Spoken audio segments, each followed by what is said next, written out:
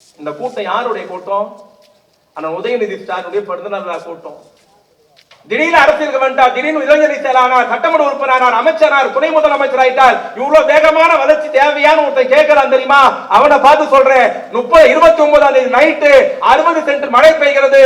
விழுப்புரம், கடலூர், தருமபுரி, திருவண்ணாமலை பாதிக்கப்பட்டிருக்கிறது. 30ஆம் தேதி காலையில 10 மணிக்கு வீட்டை விட்டு கிளம்பின துணை முதலமைச்சர் 7ஆம் தேதி காலையில வீட்டுக்கு வரார்.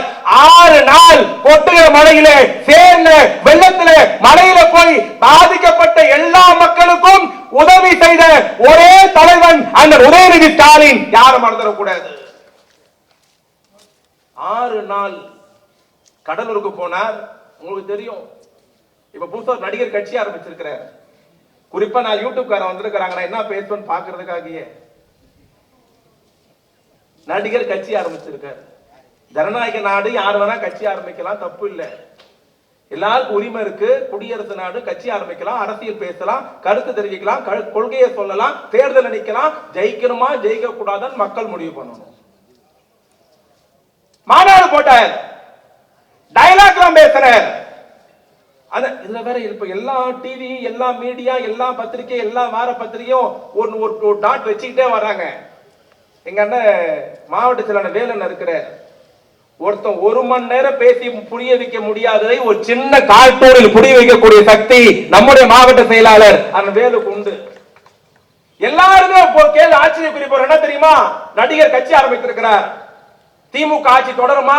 அடுத்து யார் ஆட்சிக்கு வருவா? யார் 2வது இடம்? யாருக்கு டெபாசிட் பறி போகும்? யார் ஓட்டு சதவீதம் உயரும்? யாருக்கு குறையும்? யார் ஜெயிப்பா? யார் தோப்பா? யார் கோட்டைக்கு போவா? யார் கோட்டையில் தங்குவான்னு இவங்களாவே எழுதிட்டு இருக்காங்க. இன்னைக்கு சொல்ற எழுதி வச்சுக்கோ. நினைவில் வாழுகிற மாவீரன் ஜே அன்பழகன் வாழ்ந்த தொகுதி என்று கூட சொல்லுகிறேன். மாவட்ட செயலாளர் வேறு இருக்கிறார், சட்டமன்ற உறுப்பினர் ஜே கே இருக்கிறார். எல்லாம் கேட்கிறான், அடுத்த முறை என்ன நடக்கும், என்ன நடக்கும், 2026 என்ன நடக்கும், என்ன நடக்கும் தெரியுமா? டெல்லியே வந்தாலும் கில்லியே வந்தாலும் 26 திமுக ஆட்சிக்கு வருவதை எந்த கொம்பனாலும் தடுக்க முடியாது. யாரும் மறந்துவிடக் கூடாது. யாரு டயலாக் போடுறீங்க?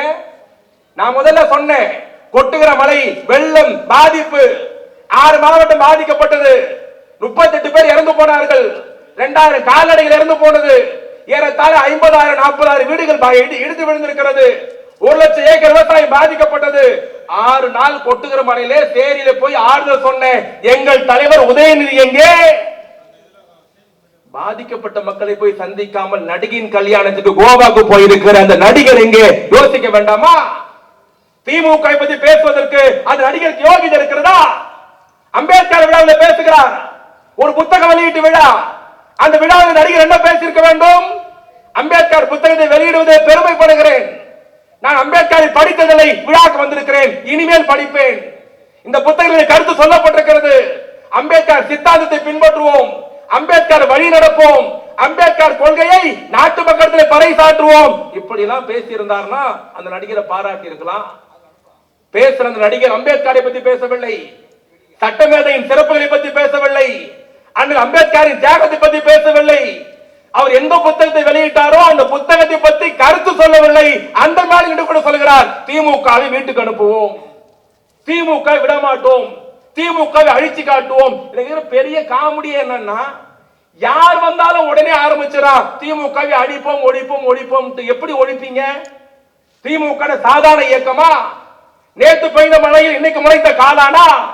திமுக முருங்கை மரமா? யார் வேண்டாலும் உடைத்து விடுவதற்கு திமுக யாராலும் அடக்க முடியாது ஜல்லிக்கட்டு காலை என்பதை நீங்க மறந்துவிடக் கூடாது. எப்படி திமுக ஒழிப்பீங்க? திமுக என்னன்னு இன்னொன்னு தெரிஞ்சுக்கணும். உங்க அப்பா எஸ் ஏ சந்திரசேகர் போய் கேட்டுப்பார், திமுக என்னன்னு தெரியும். திமுக சாதாரண இயக்கமா? உடம்பெல்லாம் மூளை, மூளையெல்லாம் சிந்தனை, சிந்தனையெல்லாம் வஞ்சனை என்று சொல்லப்பட்ட ஆனாரப்பட்ட ராஜாஜி சொன்னார், திமுகவின் கட்ட விரலை வெட்டுவேன். அந்த ராஜாஜிக்கு சமாதி கட்டிய இயக்கம் திராவிட முன்னேற்ற கழகம். யார் மறந்துவிடக் கூடாது. இந்தியாவுடைய கிங் மேக்கர் பெருந்தலைவர் காமராஜர் சாஸ்திரியை பிரதமராக்கினார், இந்திரா காந்தியை பிரதமராக்கினார். இந்தியாவில் கிங் மேக்கர் என்று சொல்லப்பட்ட ஆனாரப்பட்ட பெருந்தலைவர் காமராஜரை நெருக்கடி நிலையில் காப்பாற்றி பாதுகாத்த இயக்கம் திமுக. தமிழ்நாட்டு இரும்பு மனிதர் சொல்லப்பட்ட பக்தோச்சலம் திமுகவை அழித்து விட்டு தான் என்னுடைய வேலை என்று சொன்னார். அந்த பக்தோற்சவத்தை தோற்கடித்த கட்சி திமுக. திமுக விட்டு வெளியே போய் திமுகவை முடிப்பு என்று சொன்னார் எம்ஜிஆர். அந்த எம்ஜிஆருக்கும் சமாதி கட்டிய இயக்கம் திமுக. என் கண்ணு கெட்டின தூரம் வரையும் எதிரியே தெரியலன்னு சொன்ன ஜெயலலிதா கடைசியில சாகர காலத்தில் அந்த அம்மையார் பக்கத்திலே யாருமே இல்லை. அந்த ஜெயலலிதாவுக்கும் இரங்கல் எழுதியது திமுக.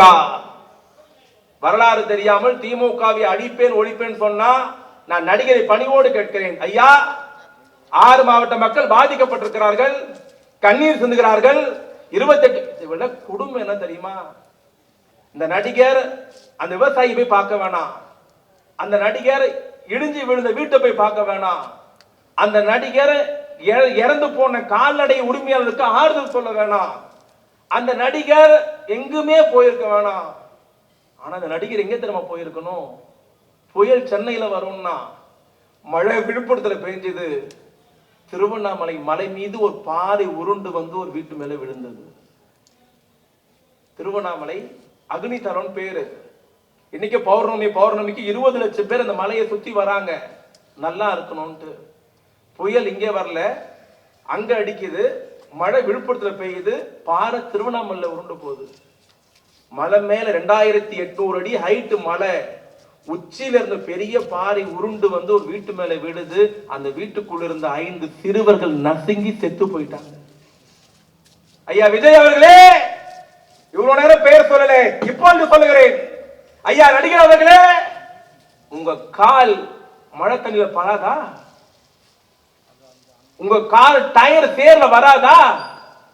நீ எங்கேயுமே போவானா? செத்து போன அந்த பிஞ்சி குழந்தைங்க இளவு வீட்டுக்கு போயிருக்கலாம்ல.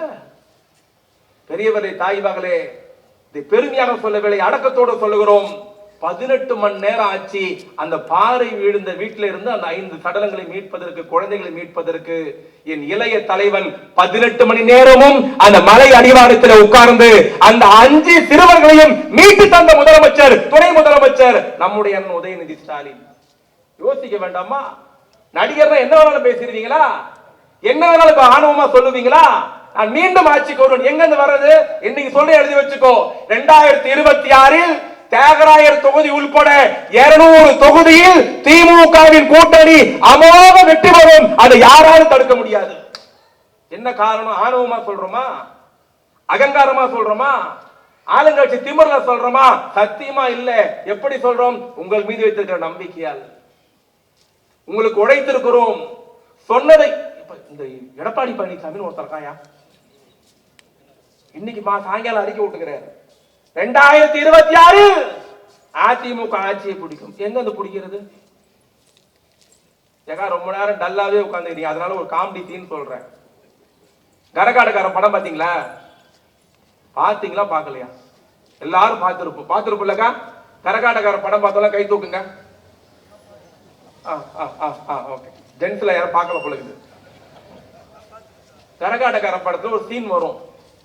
ஒரு சிகப்பு கலர் காரை செந்தியிலும் கவுண்டர் பண்ணி தள்ளின்னு போவாங்க. ஞாபகம் வந்துச்சா? அட என்ன இந்த டப்பாக்கார வச்சு உயிரை வாங்கினீங்க, வித்து தொலைய மாட்டீங்கன்னு ராமராஜன் கேட்பாரு. அப்ப சேர்ந்து கவுண்டர் பண்ணி சொல்லுவார், என்ன தம்பி இந்த காரை பத்தி இவ்வளவு சாதாரணமா சொல்லிட்டீங்க, இந்த காரை யார் யார் வச்சிருந்தா தெரியுமா? ஒரு பெரிய பட்டியல் போட்டு இந்த காரை கவர்ச்சி நடிகை சொப்பன சுந்தரி வச்சிருந்ததுன்னு. அப்ப செந்தில் திருப்பி கேட்பார், அண்ணே இப்ப சொப்பன சுந்தரி யாருன்னு வச்சிருக்கிறாங்கன்ட்டு. பலால் ஒரு அறை விடுவார். ஏன்டா யாரு வச்சுங்கிறா பாக்குறதா என் வேலையான்ட்டு. அந்த மாதிரி இப்ப அதிமுகவை யாரு வச்சுங்கிறான்னு அவனுக்கே தெரியாது. ஒரு இலை சசிகலா கிட்ட, ஒரு இலை ஓபிஎஸ் கிட்ட, எடப்பாடி காம்பு மட்டும் தான் இருக்குது. காம்பை பிடிச்சி சொல்றாரு, நாங்க 26 ஆட்சியை பிடிப்போம். எங்க இருந்து பிடிக்கிறது?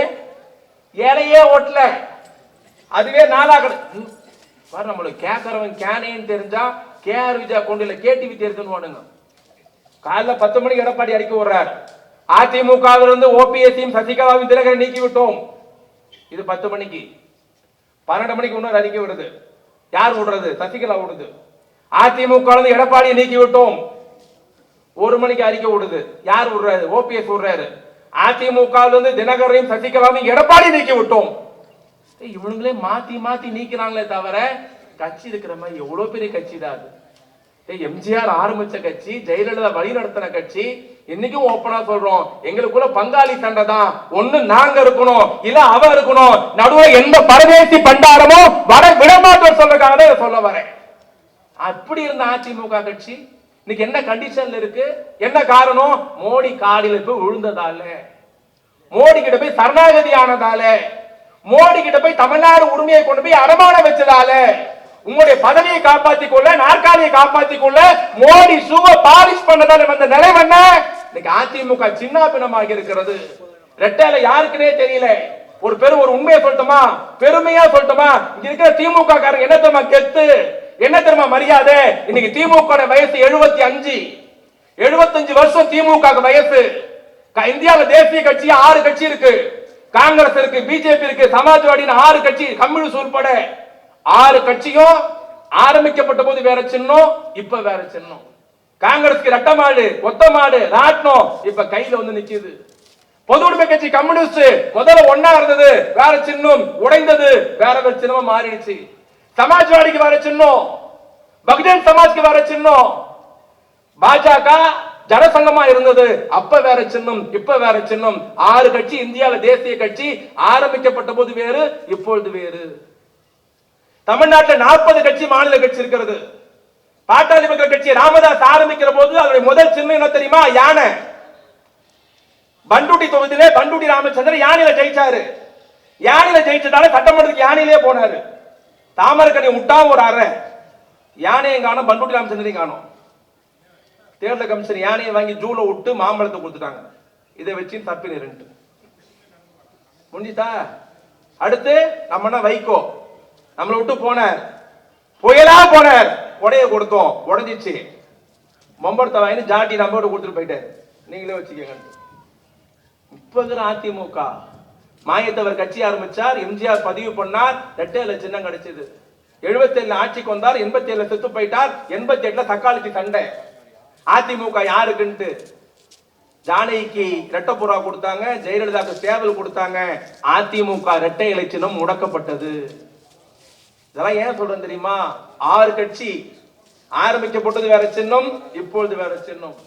தமிழ்நாட்டில் 40 கட்சி, 39 கட்சி சின்னங்கள் மாறியது. ஆனால் 1957 துவங்கி 2024 வரையில் அண்ணா பெற்று தந்த உதயசூரியனை தவிர வேறு சின்னமே பார்க்காத ஒரே இயக்கம் திமுக. திமுக திமுக யாரும் மறந்துவிடக் கூடாது. பெரியவர்களே, தாய்மார்களே, இந்த நிகழ்ச்சியை மேலும் சிறப்பு செய்ய என்னுடைய குருநாதர் மாண்புமிகு உயர்கல்வித்துறை அமைச்சர், இந்த தொகுதியிலே அதிகம் பொதுக்கூட்டம் பேசிய ஒரே பேச்சாளர், மரியாதைக்குரிய மாண்புமிகு அமைச்சர் அண்ணன் கோவி செழியன் அவர்கள் வருகிறார். அவரையும் பொதுக்கூட்டத்தின் சார்பில், மாவட்ட கழகத்தின் சார்பில், பகுதி கழகத்தின் சார்பில் வருக வருகென வரவேற்பதில் பெருமை கொள்கிறோம். அவ்வளவுதான். அடுத்து 2 பேர் தான். கடைசியா ஒரு செய்தியை சொல்லிட்டு முடிச்சிடுறேன். திமுக கூட்டணி வெற்றி பெற்றது.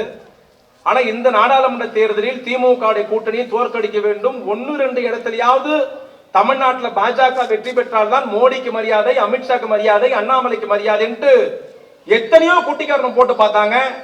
தேர்தலில் 2 எம்பியாவது பிஜேபி ஜெயிக்கணும்னு. 1 முறை 2 முறை அல்ல, 9 முறை இந்தியாவின் பிரதமர் தமிழ்நாட்டில் பிரச்சாரம் பண்ணார். எத்தனை முறை? 9 முறை. 4 முதலமைச்சர் வந்து பிரச்சாரம் பண்ணாங்க, 20 மத்திய மந்திரி வந்தாங்க, நடிகர் வந்தார், நடிகை வந்தால் எல்லாரும் வந்தாங்க. பிஜேபி காரங்க தமிழ்நாட்டில் பிரச்சாரம் பண்ணாங்க. எப்படியாவது திமுக வெற்றி, பிஜேபி கூட்டணி வெற்றி பெறும். அதுலயும் குறிப்பா சொல்லணும்னா தென் சென்னையில் பிஜேபி தான் வெற்றி வரும். ஏன் வெற்றி பெறனா? மயிலாப்பூர் இருக்கிறது, தியாகராய நகர் இருக்கிறது, இங்க இருக்கிறவங்க ஓட்ட அள்ளி அப்படியே அதுலயும் அந்த அக்கா பிரச்சாரம் வச்சுப்பார். தாமரை மலர்ந்தே தீவிர எட்ல இருக்கு. என்ன பண்ண இப்படி இப்படி இருந்துச்சு. எங்களுக்கு கூட கொஞ்சம் பயம் உள்ளுக்குள்ள. தேர்தல் நேரத்தில் ஐயோ மயிலாப்பூர்லாம் அவள் அதிகமா இருக்கிறாங்களே, தியாகராயர்களையும் அவள் இருக்கிறாளே, இவன் பிஜேபி வர பேசுதே, இப்பெல்லாம் சொல்லுதே, என்னாமோ ஏதாமோன்ட்டு. ஆனா சும்மா சொல்லக்கூடாது. எங்க அண்ணன் மயிலை வேலுவும் ஜேகேவும் சேர்ந்து நீ என்னதான் பண்ணாலும் சரிடா, தியாகராயர் நகரும் மயிலாப்பூரும் திமுக கோட்டை என்பதை மீண்டும் ஒரு முறை கழக தலைவர் நிரூபித்து காட்டினார்கள். 20 மத்திய மந்திரி வந்துட்டான், 4 முதலமைச்சர் வந்துட்டான், நடிகர் வந்துட்டாங்க, 9 முறை பிரதமர் வந்துட்டாரா? உளவுத்துறை அறிக்கை கேட்கிறாராம் பிரதமர். அறிக்கை கொடுத்துக்கிறாங்க. என்னையா ரிப்போர்ட் கேட்டுக்கிறாரு. போலீஸ் சொல்லியிருக்கு, ஐயா நீங்க 9 முறை வந்தீங்க, 4 முதலமைச்சர் வந்தாங்க, 20 மத்திய மந்திரி வந்தாங்க, அப்பயும் தமிழ்நாட்டில் செல்ஃப் எடுக்கலையானுங்கிறான். என்ன சொல்லியிருக்கான்? செல்ஃப் எடுக்கல, மலர்ற மாதிரியே தெரியலையானுங்கிறான். உடனே மோடி டென்ஷன் ஆகி நோ நோ हम आएंगे ரோட் ஷோ கரிங்கன்னுகிறாரு. ரோட் ஷோ கரிங்கன்னுகிறாரு. ரோட் ஷோனா உடனே ஒரு தேதியை கொடுத்துட்டாங்க. மோடி திறந்த மேல ஓட்டு கேட்கிறார். அதுக்கு பேர் ரோட் ஷோ. நல்லா கவனிக்கணும். பிளாட்ல இருக்கிறீங்க கேக்குறீங்க, எது நல்லா கவனிங்க. ரோட் ஷோக்கு தேதி கொடுத்துட்டார். மோடி சென்னையில வந்து இறங்கிட்டாரு. கரெக்டா அந்த பிரச்சார ஜீப்பு பனங்கல் பார்க் வந்து நிக்குது. பாண்டி பஜார் பனங்கல் பார்க்ல அங்க. அதுல வந்து மோடி ஏற ஒரு ½ an hour பார்த்தா எதிரில கூட்டமே இல்லை. அண்ணாமலைக்கும் தமிழிசைக்கும் ராஜாக்கும் ஒன்னும் புரியல. என்னடா பிரதமரே வராரு, கூட்டமே இல்லையன்ட்டு கட கட கடன்ட்டு ஒரு ஆளுக்கு 500 ரூபாய் 750 ரூபான்னு கொடுத்து எல்லா பிள்ளைங்களையும் தாய்மார்களையும் கொண்டு போய் நிக்க வச்சுட்டானுங்க. நல்ல ஜனம் கொடுத்து நிக்க வச்சுட்டாங்க. மோடி வந்தார், அப்படியே காரை விட்டு இறங்கி அந்த ஜீப்ல இறங்கி ஏறினார். இந்த ரோட் ஷோவை மோடி வந்து டெல்லியில, பீகார்ல, ஜார்க்கண்ட்ல, உத்தரப்பிரதேசத்துல, இமாச்சல்ல ரோட் ஷோ பண்ணாரோ சம கூட்டம் நிக்கும். மோடி கையாடினே போவாரு. அப்ப கார்ல, அவர் கார்ல இருக்கிறவன் கோஷம் போடுவான். அவர் கார்ல இருக்கிறவன் என்ன கோஷம் போடுவானா, ஆப்கி பார் அப்படின்னு கார்ல இருக்கிறவன் கத்துவான். எதிரில் இருக்கிறவன் என்ன சொல்லுவானா, 400 பார் 400 பார்னுவான். இது எங்க? டெல்லியில, ஜார்க்கண்ட்ல, பீகார்ல, உத்தரப்பிரதேசத்துல. நம்ம வீட்டு பிள்ளைங்க அதெல்லாம் எங்க தெரியும். மோடி வந்துட்டாரு, ஜீப்ல ஏறினாரு, இப்படி இப்படின்னாரு. இந்த ஜீப்ல உட்கார்ந்து பக்கத்துல அவன் மைக்க வாங்கி ஆப்கி பார்னா, எதிரில இருந்தவனா choco bar choco bar choco பார்னா. மொத்த டென்ஷன் ஆயிட்டு வந்தாரு. சாக்கோ பாரா,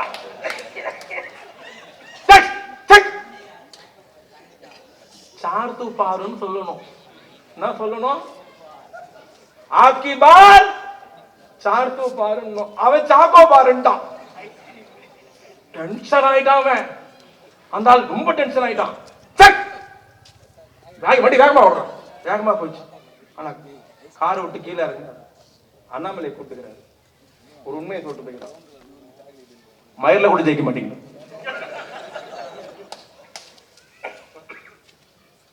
இவர் இப்போ 40 இடத்துல ஜெயிக்கல, 19 இடத்துல டெபாசிட் போயிடுச்சு.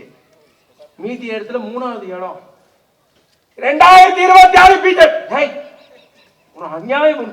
மனசாட்சி இல்லையா அவனுக்கு? 2026ல பிஜேபியா? அப்படி ஒரு கட்சி இருந்ததையே தமிழ்நாட்டு மக்கள் மறந்துட்டாங்க. உங்களுக்கு விஷயம் தெரியுமா? பொதுவா சொல்றேன், இங்க இருக்கிற யாருமே அந்த தப்பான வேலையை பண்ணிருக்க மாட்டீங்க. நம்ம பண்ண மாட்டோம். ஏன்னா நம்ம வேற, அவங்க வேற. நம்மளாம் தமிழர்கள், அதெல்லாம் அவங்களாம் அவங்க. இப்போ நம்ம ஒன்றிய நிதி அமைச்சர் மேன்மைக்குரிய திரு நிர்மலா சீதாராமன் அவர்கள் ஒரு 4-5 முடிவு எடுத்திருக்கிறாங்க ஜிஎஸ்டி கவுன்சில்ல. என்ன முடிவுன்னா, முதல்ல நம்ம வீட்டுல பொண்ணு பெரியவள் ஆயிட்டாலோ, பிறந்த நாளைக்கோ, பொங்கலுக்கோ, தீபாவளிக்கோ, ஜனவரிக்கோ, கிறிஸ்துமஸ்க்கோ, ரம்ஜானுக்கோ, எதுக்கோ நம்மள மாதிரி அன்றாடம் காட்சிகளுக்கு இருக்கிற ஒரே ஷாப் எதிரானா டி நகர் ரங்கநாதர்ல இருக்கிற 3 கடை. அங்கதான் விலை கம்மியானு எடுத்துன்னு வருவோம். ஆனா இந்த வாட்டி என்ன பண்ணிருக்காங்கன்னா, 1500 ரூபாய்க்கு ட்ரெஸ் எடுத்தீங்கன்னா 18% ஜிஎஸ்டி வரி பண்ணி கட்டணும். இது இப்போ எடுத்துக்கிற முடிவு. எவ்வளோ? 1500 ரூபாய்க்கு ட்ரெஸ் எடுத்தாலோ, புடவை எடுத்தாலோ, சுடிதார் எடுத்தாலோ, நங்கா எது எடுத்தாலுங்க 1500 ரூபாய் பில்லா 18% வரி கட்டணும்.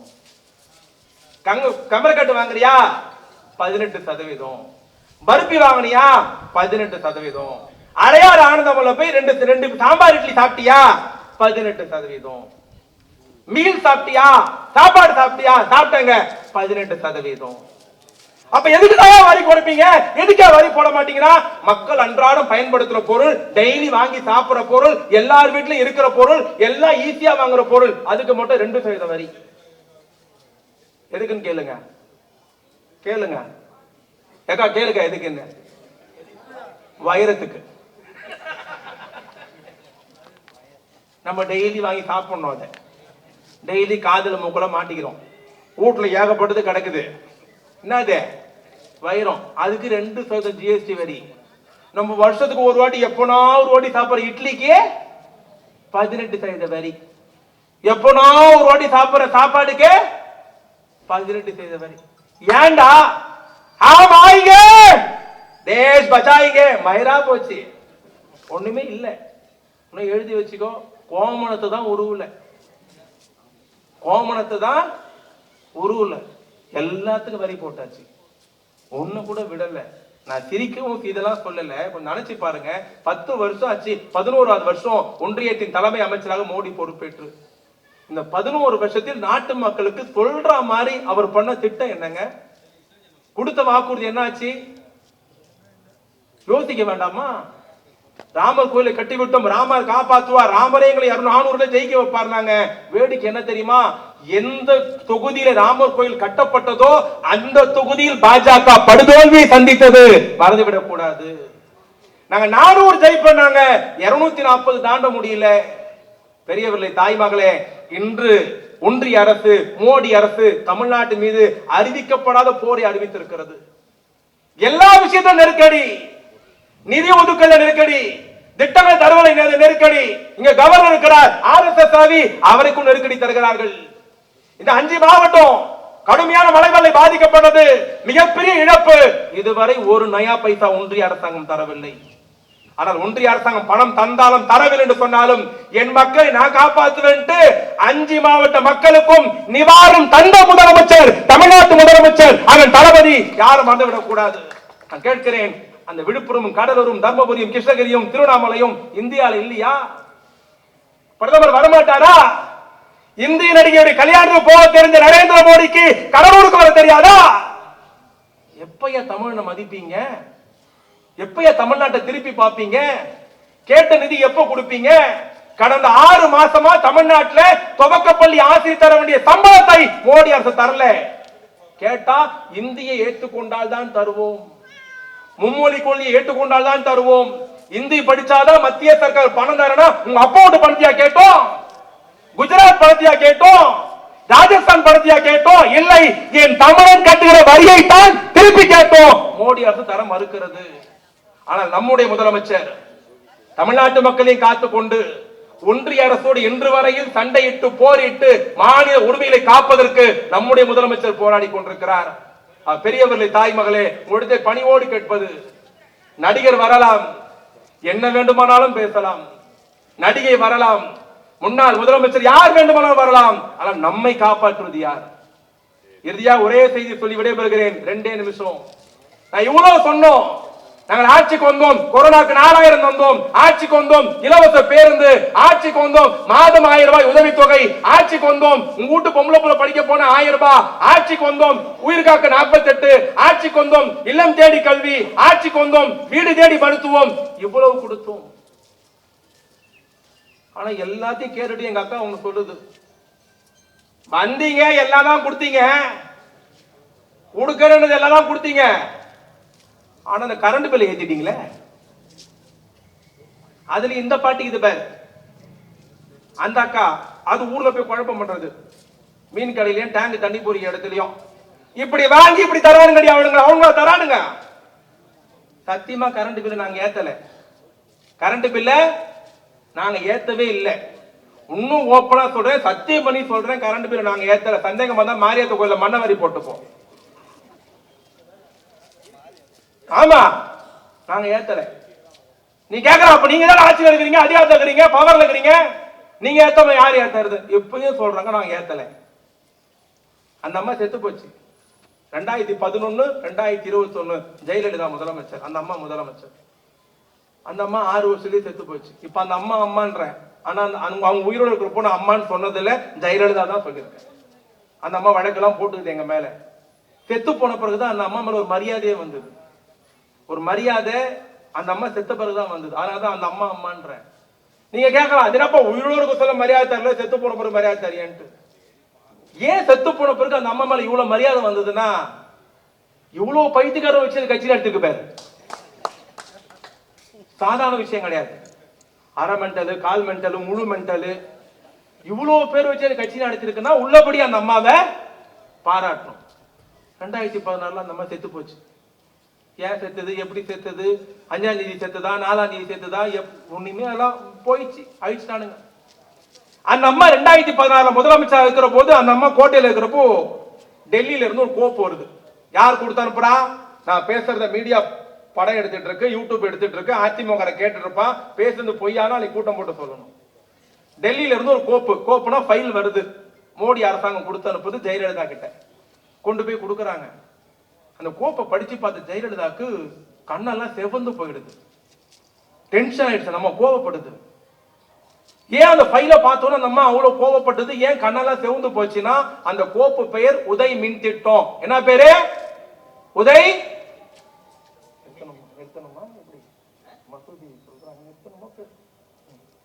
உதய் மின் திட்டம். இத படிச்சு பார்த்தா நம்ம டென்ஷன் ஆகுது, தூக்கி மூஞ்சிலி வித்துட்டான் செக்ரட்டரி மூஞ்சிலி. என்ன நினைச்சிட்டு இருக்கீங்க, யார்கிட்ட கையெழுத்து கேட்கறீங்கன்ட்டு. அப்படி அந்த கோப்புல என்ன எழுதி இருந்ததுன்னா, மோடி அரசாங்கம் என்ன எழுதி அமைச்சதுன்னா, இனிமே தமிழ்நாட்டில் கரண்ட் பில்லை ஏத்துற வேலையை குறைக்கிற வேலையை நீங்க பார்க்க வேணாம், இனிமே நாங்க பார்த்துப்போம். என்ன எழுதி இருந்தது?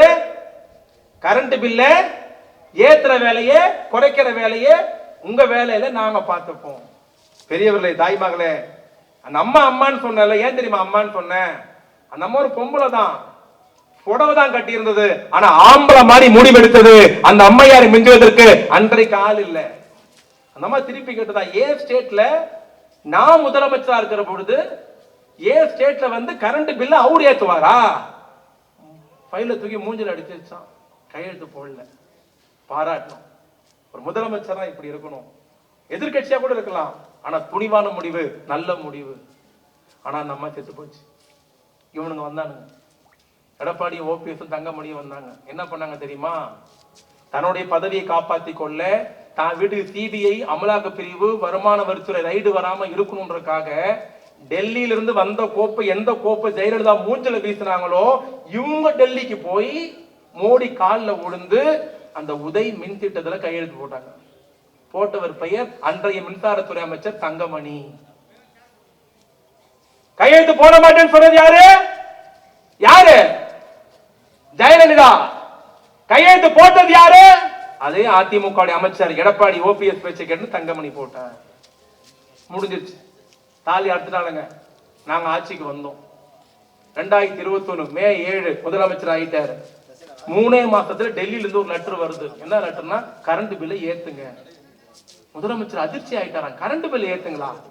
கரண்ட் பில் ஏத்த சொல்லி நீங்க ஏன் சொல்றீங்க அப்படின்னு திருப்பி கேட்டா, இல்ல போன சர்க்கார் எடப்பாடி ஆட்சி சரண்டர் கையெழுத்து போட்டு கொடுத்துட்டாங்க, இனிமே கரண்ட் பில் நாங்க தான் ஏத்துவோம். முதலமைச்சருக்கு ஒன்னும் புரியல, ஆனா ஏத்தல. என்ன பதில் எழுதினாரு? இப்பதான் கொரோனாலாம் முடிஞ்சிருக்கு, இப்பதான் மூச்சு விடவே மக்கள் ஆரம்பிச்சிருக்காங்க, எப்படியா கரண்ட் பில் ஏத்துறது? ஏத்தல. முதல் கடிதம் வருது, ஏத்தல. 2வது கடிதம் வருது, ஏத்தல. 3வது கடிதம் வருது, ஏத்தல. 4வது கடிதம் வருது, ஏத்தல. 5வது கடிதம் நமக்கு வரல. மக்கள் மீது நம்பி அக்கறை இருப்பதை போல் பாஜக நாடகம் ஆடுகிறது. மோடி பேசுகிறார், அமித்ஷா பேசுறாருல. 5வது கடிதம் எங்க தெரியுமா வந்தது? ரிசர்வ் பேங்குக்கு எழுதுறாங்க டெல்லி அரசாங்கம். என்ன எழுதுறாங்க தெரியுமா? நாங்க கரண்ட் பில்லை ஏத்த சொல்லி உத்தரவு போட்டோம், இதுவரை ஸ்டாலின் அரசாங்கம் கரண்ட் பில்லை ஏத்தவே இல்லை, ஏத்த மாட்டேங்குது. ஆகவே அடுத்த மாசம் தமிழ்நாடு மின்சார வாரியம் தர வேண்டிய நிலுவைத் தொகை ஓடியை தராதீர்கள். யார் எழுதுறது? ஒன்றிய அரசாங்கம். யாருடைய அரசாங்கம்? மோடி அரசாங்கம். யாருக்கு எதிராக? நமக்கு எதிராக, உங்களுக்கு எதிராக, எனக்கு எதிராக. ஓடி தரமாட்டு ரிசர்வ் பேங்க் சொன்ன பிறகு வேற வழியே இல்லாமல் யூனிட்டுக்கு 4 50 பைசா ஏத்தணும். இப்ப எல்லாரையும் கேட்கிறேன், யார் கரண்ட் பில் ஏத்தனது? சத்தமா சொல்லுங்க.